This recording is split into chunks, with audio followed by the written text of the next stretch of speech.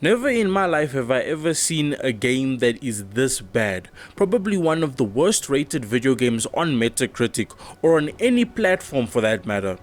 A game that on paper sounds like a really good idea, but that was executed really badly. MINDJACK is a third-person shooter video game developed by Fear Plus and published by Square Enix.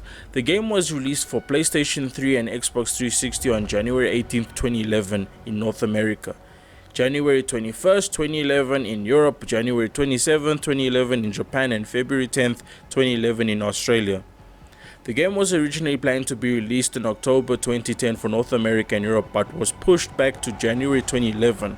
MINDJACK takes place in 2031 when the governments are in decline and new corrupt organizations are arising. The player can hack into and control enemy vehicles, robots or civilians. In the campaign story mode, the game is single player but transitions seamlessly into co-op.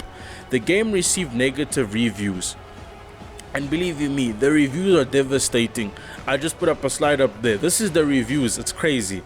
But let me continue. The game story focuses on Agent Jim Corbijn and human rights activist Rebecca Weiss. Agent Jim is sent to District 7 to investigate reports of a shootout. When he arrives, the government agents attack him.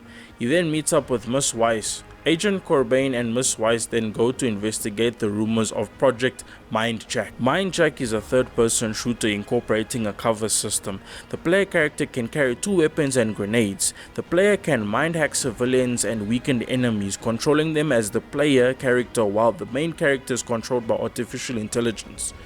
Weakened enemies can also be turned to the player's side, becoming allies. Online players can hack into a person's single-player campaign and take control of the AI enemies while player 1 plays the game's story campaign.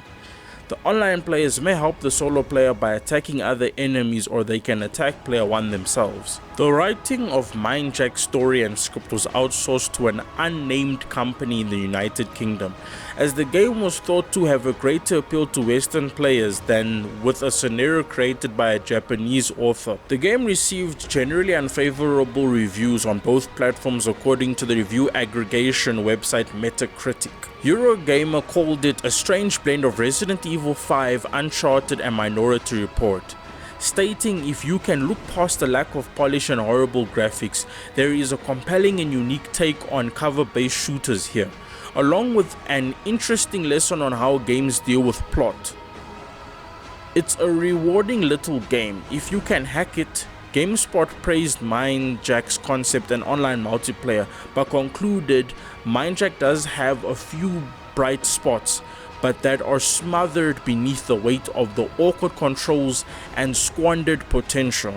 IGN summed up their clumsy controls and a plodding campaign. It serves up a next-gen idea with its unique multiplayer design, yet delivers it in a horrible last-gen package. Official Xbox Magazine UK's verdict was that nobody in their right mind should buy this. In Japan, Famitsu gave a score of 2 7s and 2 6s for a total of 26 out of 40. Ben Yatsi Croshaw of Zero Punctuation ranked the game 5th on his list of worst games of 2011. He called the game a succession of square rooms populated by characters who couldn't have reached any level of decent characterizations if they had a rocket-powered stepladder. Its sole innovation was the ability to possess other people in the battlefield, a feature which only served to illustrate that absolutely no one was having fun. My concluding thoughts are that this game had no excuses for being this bad. 2011 was a great year for PS3 and Xbox 360. I put up some screenshots of some of the games that came out in 2011, and ask yourself this question: with all these big releases, why would anyone buy this game? It looks like a late PS2 game and was published by Square Enix, the same people who now own Deus Ex, and Deus Ex Human Revolution came out the same year as this game. MINDJACK could have been such a great game, but wasted potential and really bad mismanagement kind of killed it. They should have just got a Japanese writer instead, and a better team to make a better gameplay, because let me tell you, it looks horrible. And with that, this is the Chili Man signing off. Thank everyone for watching. Peace out.